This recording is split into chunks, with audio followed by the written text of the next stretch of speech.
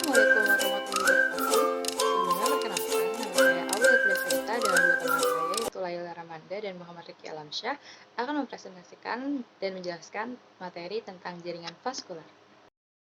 Selanjutnya saya akan menjelaskan tentang jaringan vaskular secara umum, yaitu susunan beberapa sel pada tumbuhan vaskuler yang memungkinkan untuk melakukan pengangkutan air, mineral, dan produk fotosintesis untuk diangkut ke seluruh tumbuhan. Jaringan ini merupakan penghantar yang kompleks yang terbentuk lebih dari satu sel dengan komponen utama xilem dan floem.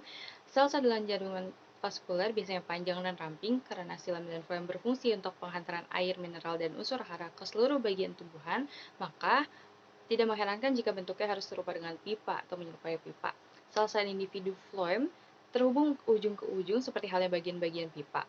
Saat tanaman tumbuh, jaringan vaskuler baru akan terdiferensiasi di ujung tumbuhan, yang mana jaringan ini disejajarkan dengan jaringan vaskuler yang sudah ada, mempertahankan koneksinya ke seluruh tanaman.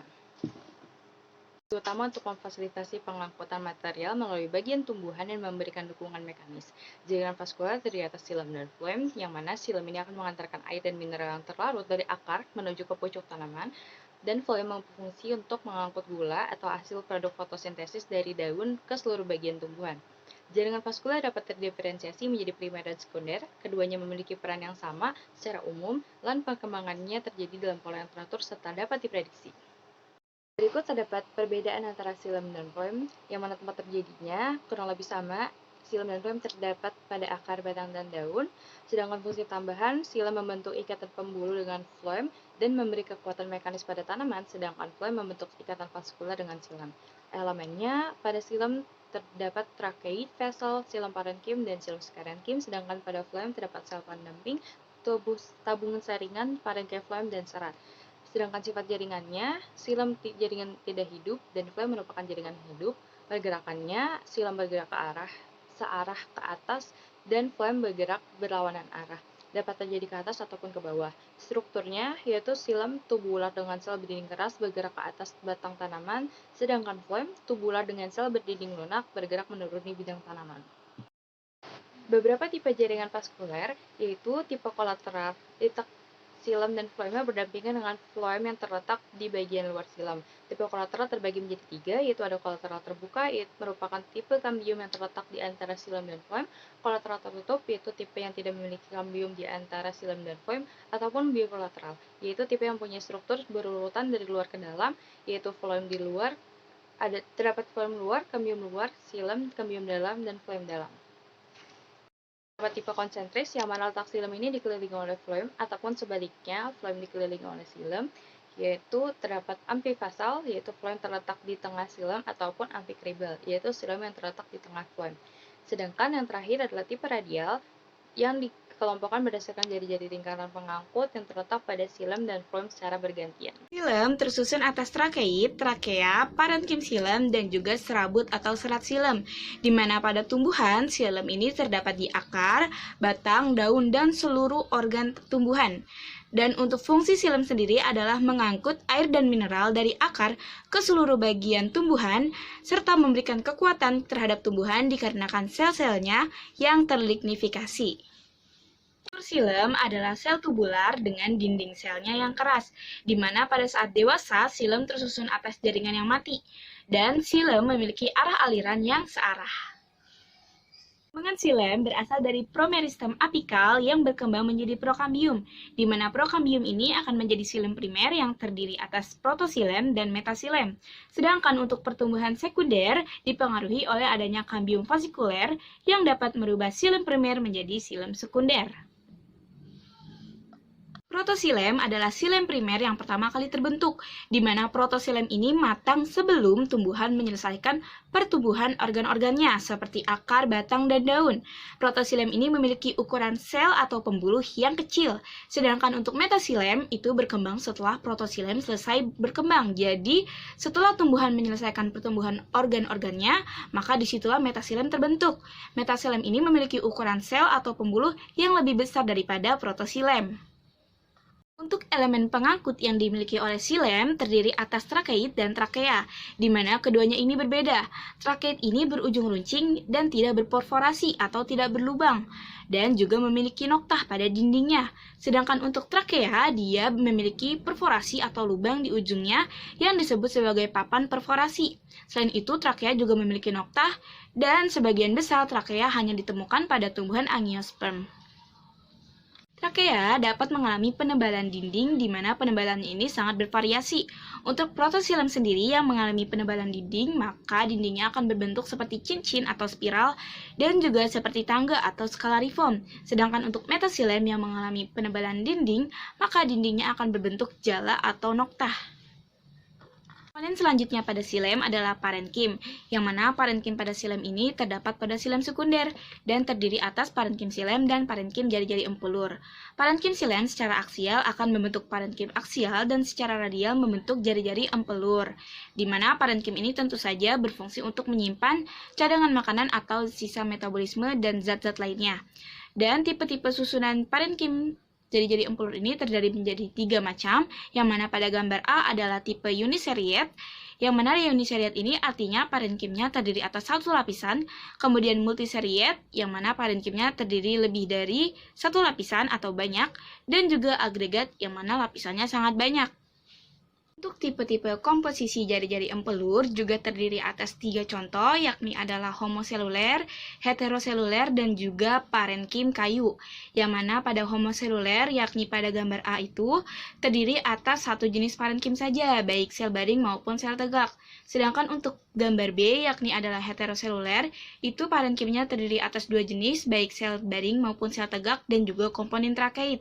Sedangkan untuk parenkim kayu, itu terdiri atas trakea atau pembuluh kayu dan juga sel-sel parenkim.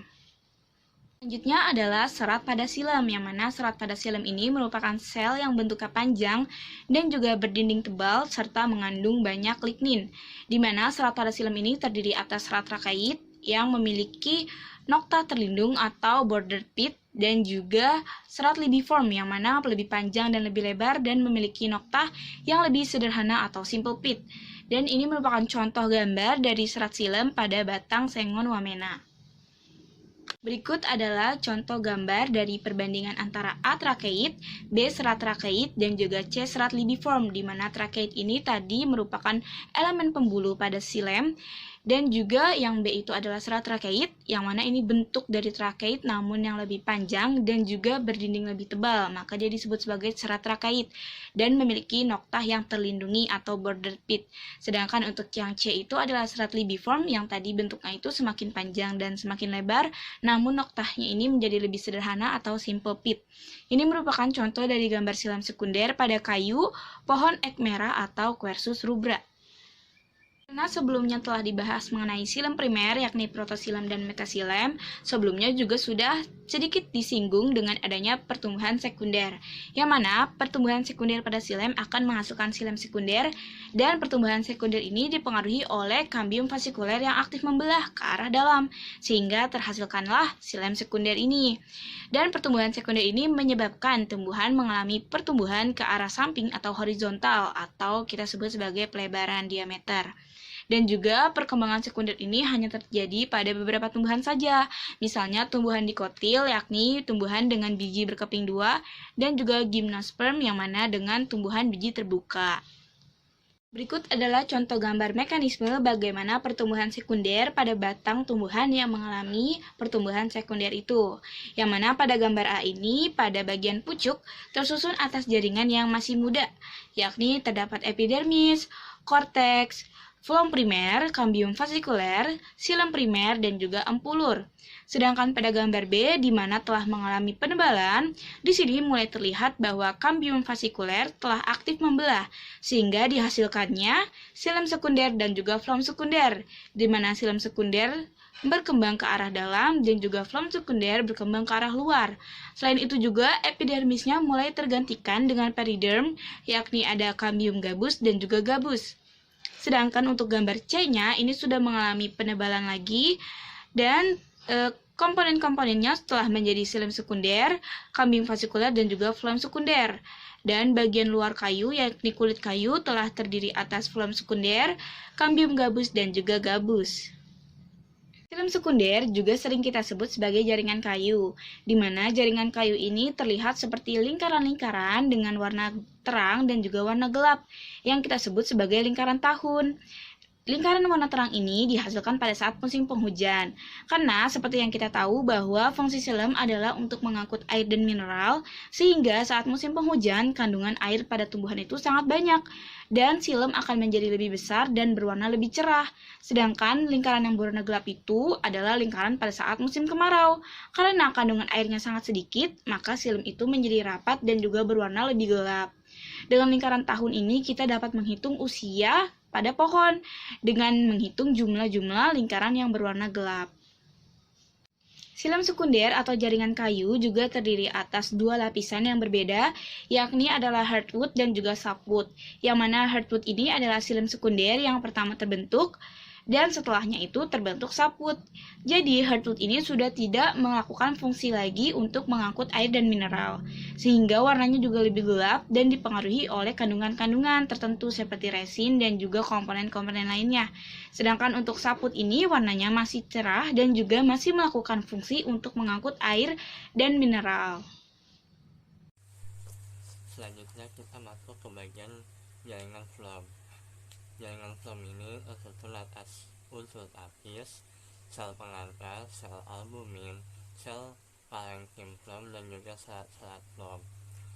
Nah, phloem ini biasanya terletak pada bagian akar, batang, dan juga daun.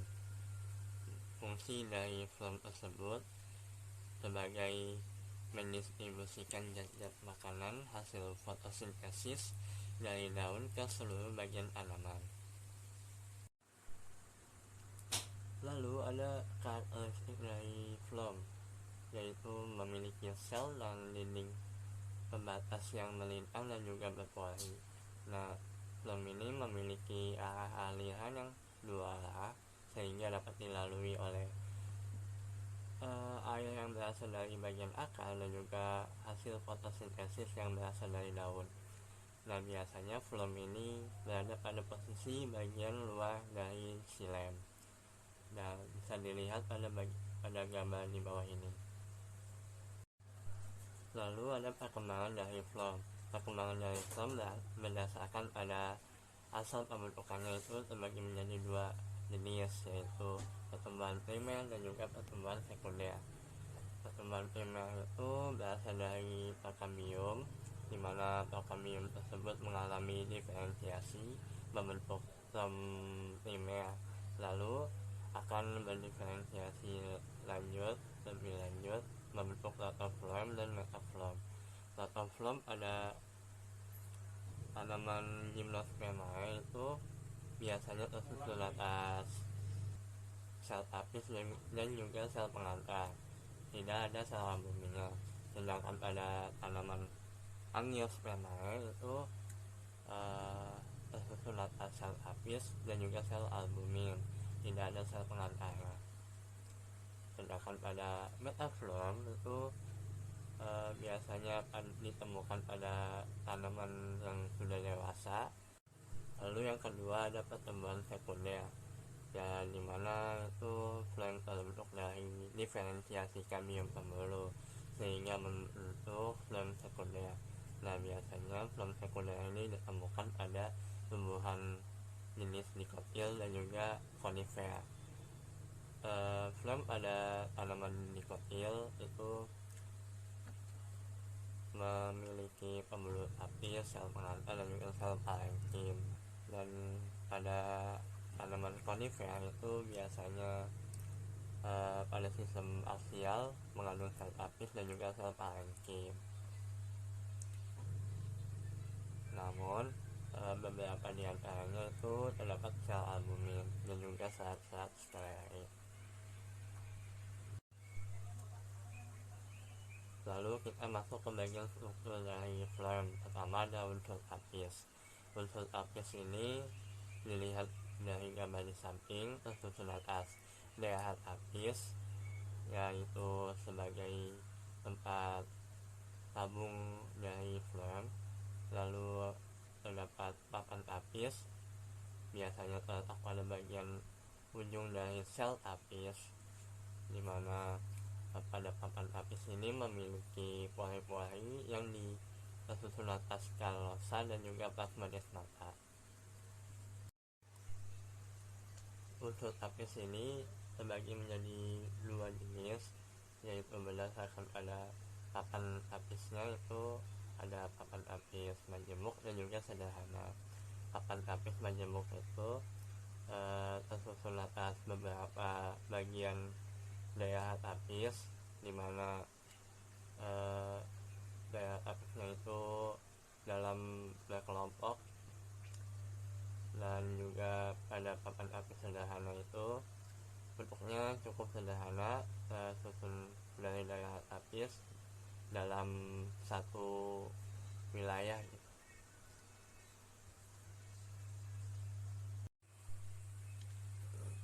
Selanjutnya ada bagian sel pengantar dan juga sel albumin. Sel pengantar pada film ini merupakan sel hidup yang bersifat meristematik yang berfungsi sebagai pembawa hormon penyembuh luka dan juga penyalur fotosintas bagi sel-sel tapis. Dilihat pada gambar di samping, di situ pada bagian yang cukup gelap itu merupakan sel pengantar. Lalu sel albumin merupakan sel jari-jari empuluh yang mengandung zat putih telur yang berperan sebagai pelindung dari sel pengantar. Bisa dilihat pada bagian putih dari sel pengantar. Lalu ada bagian parenchyma phloem. Parenchyma phloem ini merupakan sel penyimpan cadangan makanan dan juga zat digestif, serta sebagai pemisah antar phloem. Dilihat pada gambar di samping, itu sel parenchymnya itu di bagian antara kedua phloem gitu.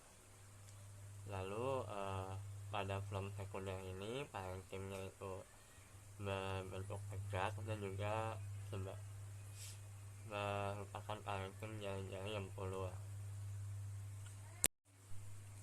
Lalu ada serat phloem. Serat phloem ini terdiri atas phloem primer dan juga sekunder. Phloem primer tersebut terbentuk dari sel yang aktif dalam pertumbuhan memanjang, sedangkan pada phloem sekunder terbentuk dari sel-sel kambium. Bisa dilihat dari gambar di samping, itu pada bagian yang gelap dari kolom ketiga itu merupakan jaringan serat-serat dari phloem.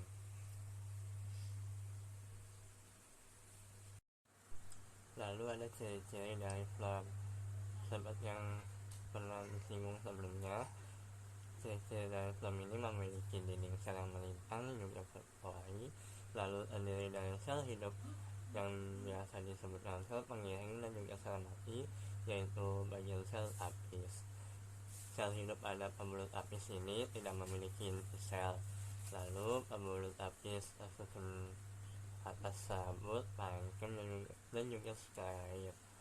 Lalu dinding sel pada phloem ini terbuat dari lignin yang memiliki tekstur yang padat.